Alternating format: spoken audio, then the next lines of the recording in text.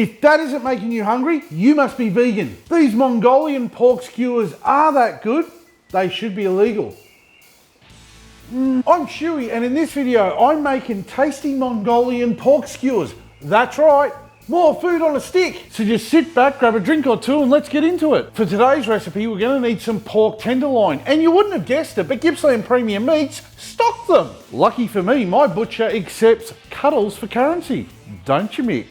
First up, we need to cut the pork tenderloin with a semi-sharp knife that would struggle to cut through butter. So slice the tenderloin down the middle, dice the pork into even-sized pieces, roughly around 25 millimeters each. By making the pieces the same size, they'll cook more evenly. Grab yourself a container and pop the pork into it. Then add some corn flour and then just shake it up until all the pieces are evenly covered.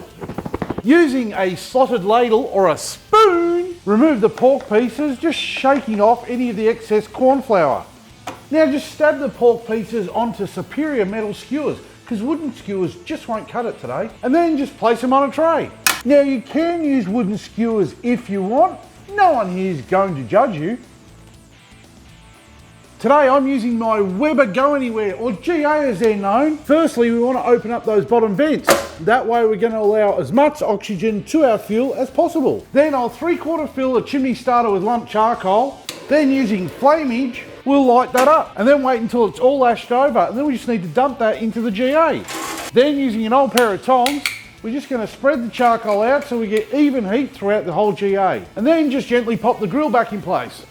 By cooking the pork skewers over lump charcoal, they're going to char up, but they're also going to give us some great flavour. Today I'm cooking with a high direct heat, and all up, these pork skewers are going to take no longer than 15 minutes to be fully cooked. Or for those of you who like to follow my beer timer, you're looking at a 1 beer cook. It may only be a 1 beer cook, but you'll also get some tasty meat. It's time to get a little saucy. Unneeded smut. Now to place the pot over direct heat and add some oil. Once that's hot, we want to add some garlic and some ginger and stir that for 30 seconds. Then all we need to do is add some soy sauce and some sugar and some water. Remembering to keep stirring it. We want this to simmer. We don't want it to boil. And if you notice it boiling, just lift it off the heat. Now after a few minutes, you will notice that the sauce starts to thicken, and that's our cue to add some spring onion and black pepper. And after about 3 minutes, you can place the sauce aside. Now obviously you can cook this sauce on your stove top if you're not trusted around a barbecue. It's time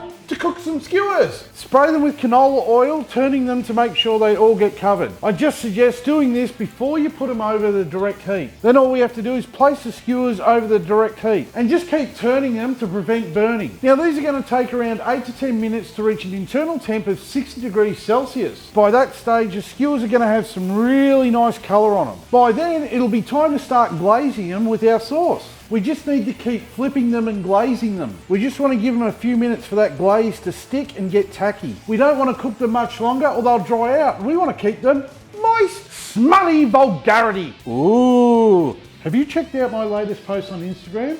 Why not? The skewers are ready, so we can just get them off the heat. We just need to garnish this with some spring onion and some toasted sesame seeds. Flavour-packed pork that is super moist. Vulgar!